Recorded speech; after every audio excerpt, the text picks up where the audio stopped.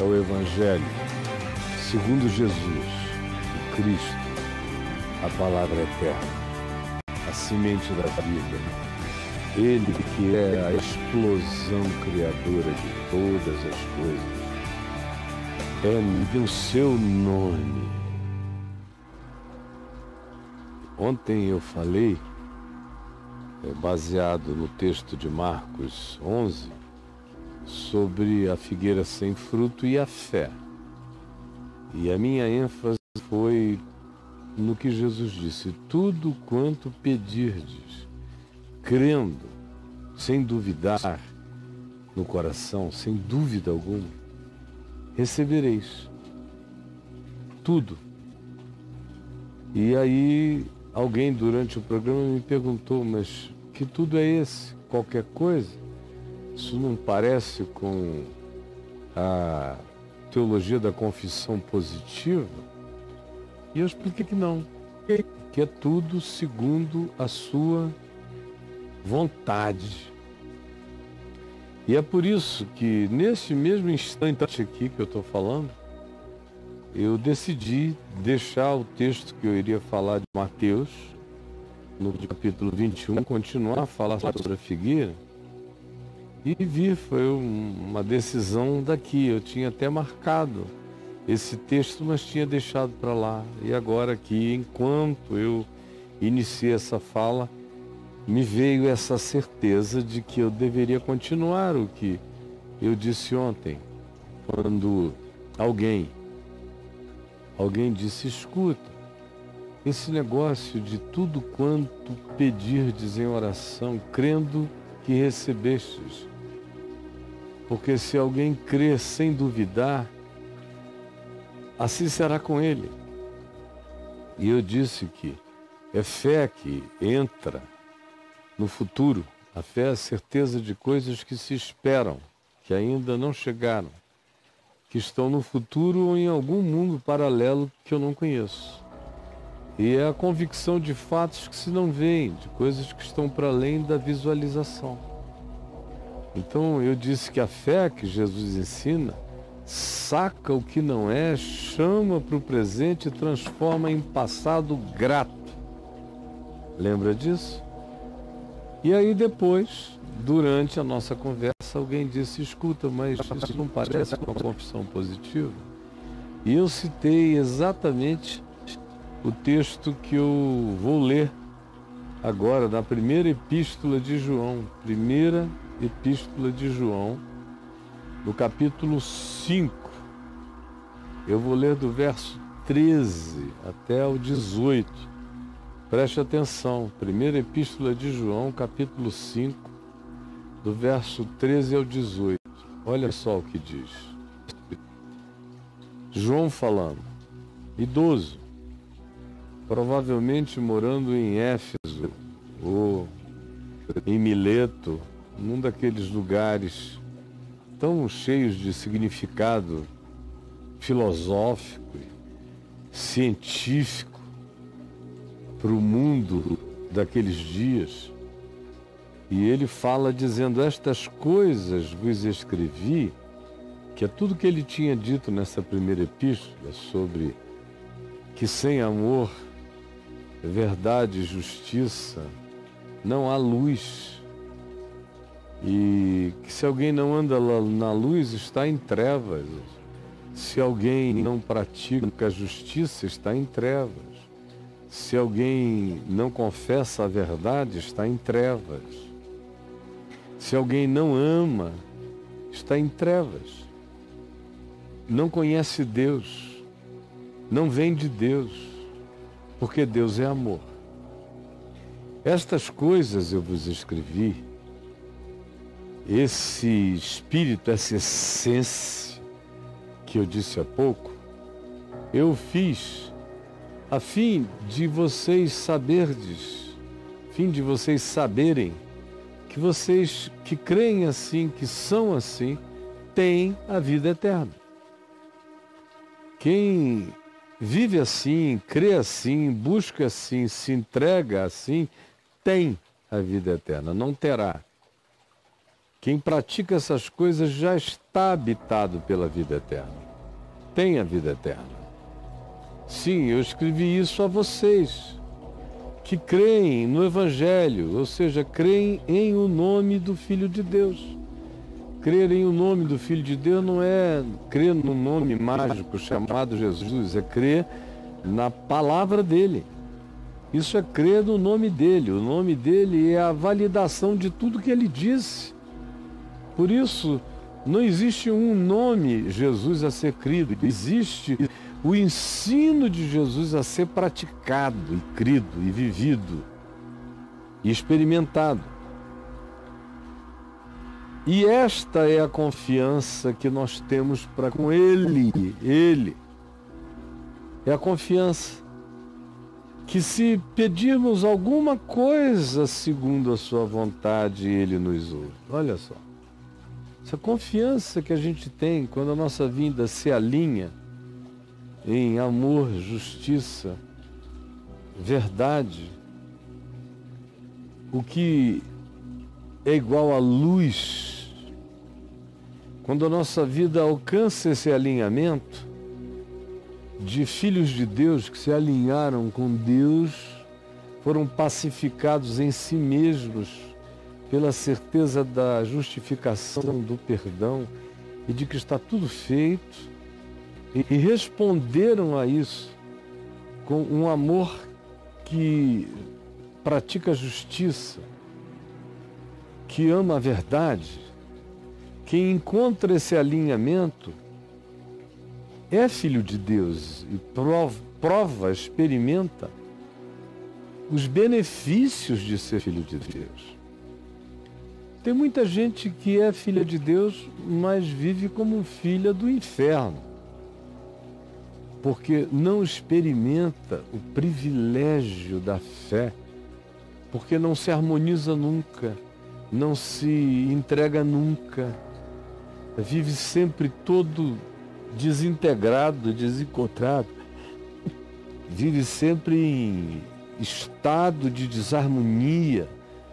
Como eu disse ontem, é uma fé que não opera pelo amor, é uma fé que não tira do coração o que é contra os outros. É uma fé que não perdoa desde o íntimo. Por isso, não encontra no Pai Celeste nenhuma promessa a ser realizada.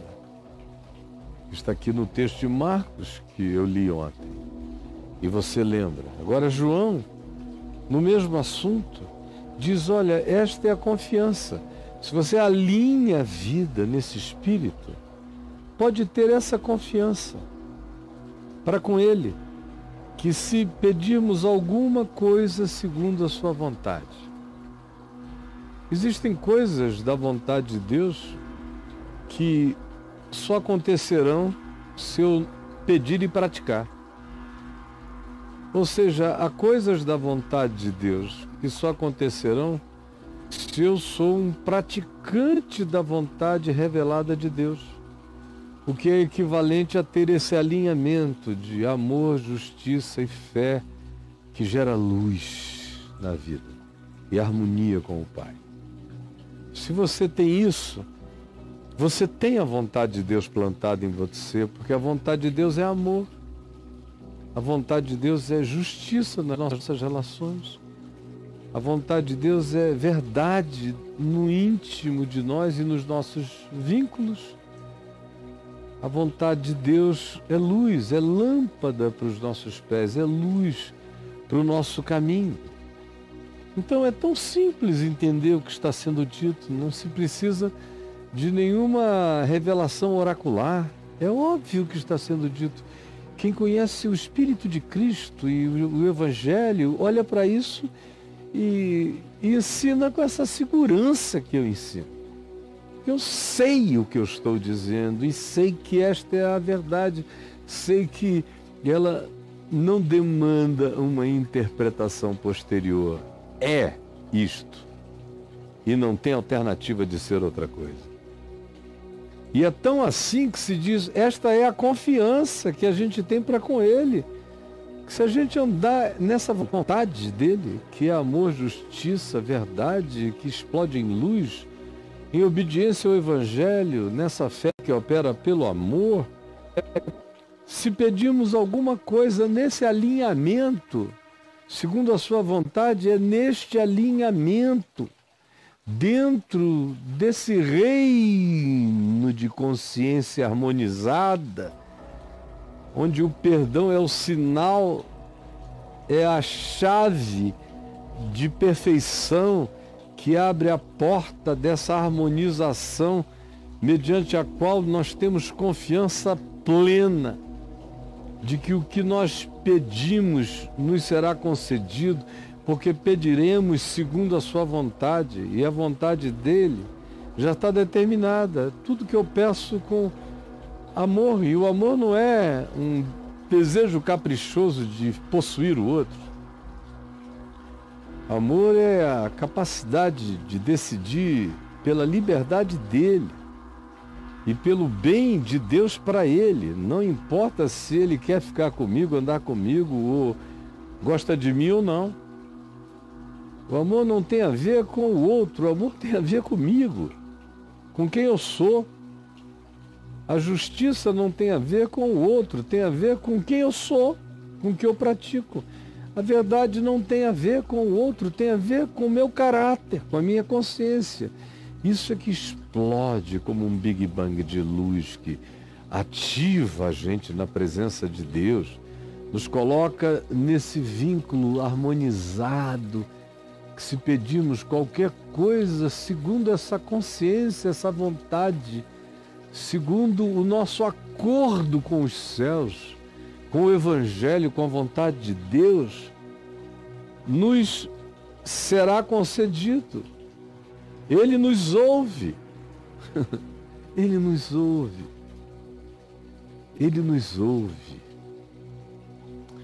E sabemos que Ele nos ouve quanto ao que lhe pedimos. Sim. E se sabemos, se é verdade, e nós sabemos disso, e cremos nisso, e assumimos isto, que Ele nos ouve. Quanto ao que lhe pedimos, então estamos certos. Se sabemos que é assim, como eu estou ensinando, como João está ensinando, nós temos essa convicção, sabemos. Não paira dúvida, eu não corro risco da fé. Eu não estou aqui, como eu disse ontem, para praticar o risco da fé. A fé é certeza. Sabemos. E aqui ele diz, estamos certos de que obtemos os pedidos que temos feito, porque temos pedido o que ele quer atender. Ele não vai atender pedidos que contradigam o seu caráter. Não adianta eu pedir a Deus para Ele matar meu inimigo, para Ele destruir o que me persegue, não adianta eu pedir que Ele se vingue daqueles que eu gostaria de me vingar. Essas são orações que não vão para os céus, mas vão para o inferno. São orações a Satanás e a espíritos malignos, porque Deus é amor, justiça, verdade e luz. E eu oro segundo a sua vontade, não dou nenhuma ideia a Ele, eu apenas entro em harmonia. Eu sei que eu não estou pedindo nenhuma ofensa aos céus. Eu sei que eu não estou demandando nenhum capricho. E eu não estou praticando nenhuma idolatria de desejos na presença de Deus, como é a oração da maioria. Por isso é que para eles a fé é um risco. Mas nós sabemos, estamos certos, de que obtemos os pedidos que temos feito a Ele. Se alguém vir a seu irmão cometer pecado não para a morte, vacilou, pedirá ao Pai, e Deus lhe dará vida aos que não pecam para a morte. Há pecados para a morte, e Por esses não digo que ninguém ore, porque existem pessoas que passam de todos os limites, que tomam posse da morte como capricho e prática cotidiana. São os que amam a morte. Não digo que vocês orem por aqueles que amam a morte, na intenção de que os pecados deles sejam perdoados, mas há pessoas que estão pecando na ignorância, na idiotice, na burrice. Por esses vocês podem orar e o Senhor lhes dará vida, ainda que eles não saibam. Seus dias serão prolongados, a graça de Deus os visitará. Toda injustiça é pecado. E há pecado não para a morte. É por esses que João diz: peçam ao Pai, para que o Pai lhes dê vida. Ainda que eles não tenham tido essa consciência, mas eles um dia a obterão. João está ilustrando com uma resposta de oração radical, que é a oração que pede perdão pelo próximo. E o Pai perdoa o próximo por causa da minha oração. Por esse que não pecou com amor pela morte. Antes cometeu os pecados humanos, da idiotice humana. João diz, olha, é tão certo que ele ouve o que lhe pedimos, que eu vou dar um exemplo. Se vocês virem um irmão que pecou não para a morte, peçam ao Pai por ele, e o Pai o perdoará e lhe dará vida. O limite é quando a pessoa ultrapassa todos os princípios do significado do respeito à vida, é quando já não é mais ignorância, é aquela decisão de pecar pela mente obtusa e comprometida com a injustiça, deliberadamente. Por esses, João disse, eu não digo que roguem, porque esses são antítese da vontade de Deus, total. Mas a bondade de Deus é tão grande e a vontade dele é que ninguém se perca. E a ilustração que eu lhes dou é essa. Ele ouve orações, não apenas o que lhe pedimos segundo a sua vontade, mas ainda quando intercedemos por aqueles que não conhecem a sua vontade e praticam a injustiça por ignorância. Você quer ter uma certeza, quer saber de uma coisa de verdade? Ore por ele e Deus lhe dará vida.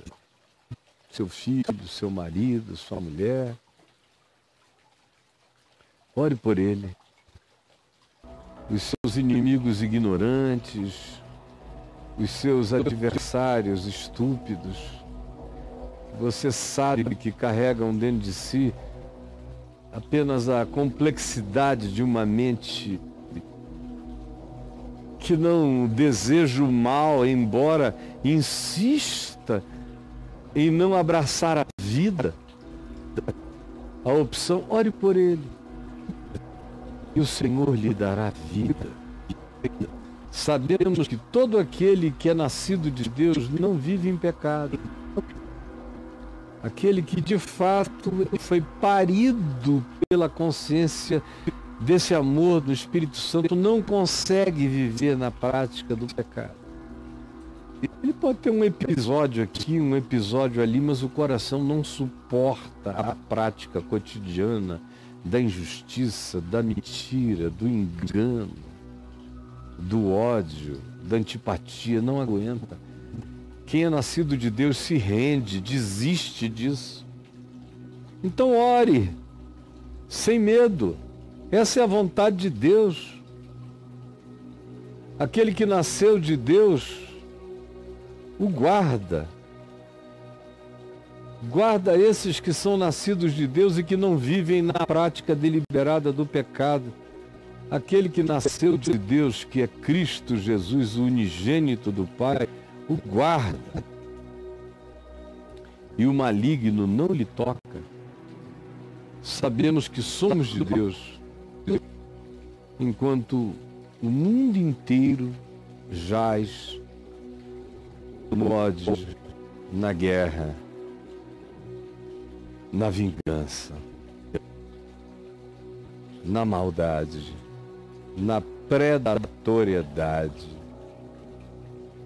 na busca de se privilegiar sobre e contra os outros, existindo, declarando que os fins justificam os meios, desde que os fins sejam os meus interesses. Esses não nasceram de Deus, estão no mundo e o mundo jaz no maligno. Esses estão sepultados já nesse mundo morto. Também nós sabemos que o Filho de Deus é vindo, já veio. E nós temos, e nos tem dado entendimento. Ele nos tem dado entendimento. Ele me tem dado entendimento. Para que eu e você reconheçamos o verdadeiro em relação ao que é falso. Quando a gente tem essa consciência, entrou nessa harmonia e conhece essa vontade de Deus, não como mandamentinhos, mas como espírito e vida, princípio e vida. Então, nós aprendemos a reconhecer a diferença entre o precioso e o vil, entre o verdadeiro e o falso. Já não somos enganáveis. E nós sabemos que estamos no verdadeiro. Estamos no verdadeiro. Em seu Filho Jesus Cristo. No Deus verdadeiro e no verdadeiro que é Cristo Jesus. Este é o verdadeiro Deus. Esta é a vida eterna. A vida eterna decorre do nosso ser se alinhar, aceitar a reconciliação e viver reconciliado em amor, justiça e verdade, explodindo em luz. Conhecendo a vontade, sabendo, estando certo, tendo comunhão que ora, que pede, que crê, que recebe, e sendo um intercessor na perspectiva dessa oração que está tão convicta sobre o amor de Deus em relação aos homens, que a gente pede por aqueles que ainda não entenderam e o Senhor lhes dá vida. Somente aquele que deliberadamente se opõe ao amor, à justiça, à verdade, é que aquele que peca para a morte, esse está para além da minha oração. Esse habita um mistério que está para além de mim. Eu, no entanto, tenho essa convicção e estou bem certo de que o que eu peço já está respondido, porque eu não estou adulando Deus por caprichos de nenhuma natureza. Essa é a verdade para ser crida. E aí João termina dizendo: filhinhos, guardai-vos dos ídolos. Está falando com os crentes. E não está falando só dos ídolos do panteão greco-romano, lá de Éfeso, ou de Mileto, de Diana dos Efésios, não. Está falando de toda sorte de idolatria. Mas eu vou deixar para falar sobre guardai-vos dos ídolos amanhã, se Deus quiser. Hoje eu peço e eu creio. Eu creio. Quando eu oro por você, onde quer que você esteja na terra, eu creio que, independente dos fusos horários, em qualquer lugar do planeta, neste instante, eu creio.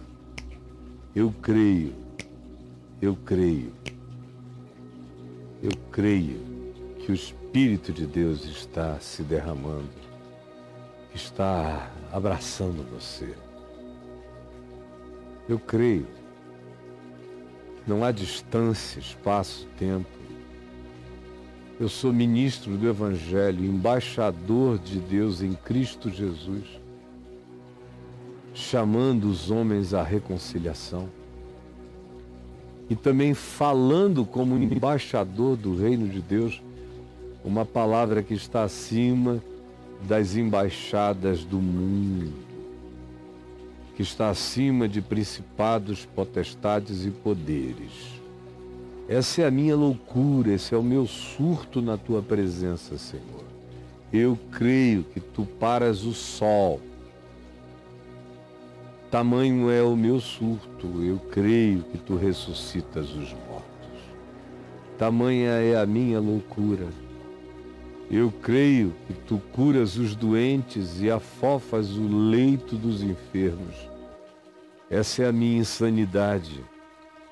E eu creio que o que eu estou pedindo aqui, que não tem nenhum poder humano na terra, todavia está repercutindo acima de principados, potestades e poderes nas regiões celestes, porque eu já estou assentado nos lugares celestiais em Cristo Jesus. Eu creio, essa é a minha loucura, esse é o meu surto. Eu creio quando disseste que aquele que crê em ti faria as obras que tu fazes e outras maiores faria, porque tu irias para junto do Pai. É por isso que eu creio nas coisas que fizeste e nas coisas maiores que tu disseste que faríamos, em harmonia ao Evangelho, em harmonia com o teu nome. E dá-nos esse coração que sabe e que tem certeza.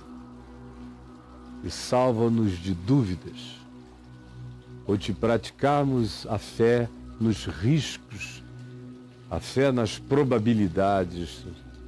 Nós não somos das probabilidades, nós cremos que os impossíveis dos homens são possíveis para Deus. Em nome de Jesus. Amém e amém.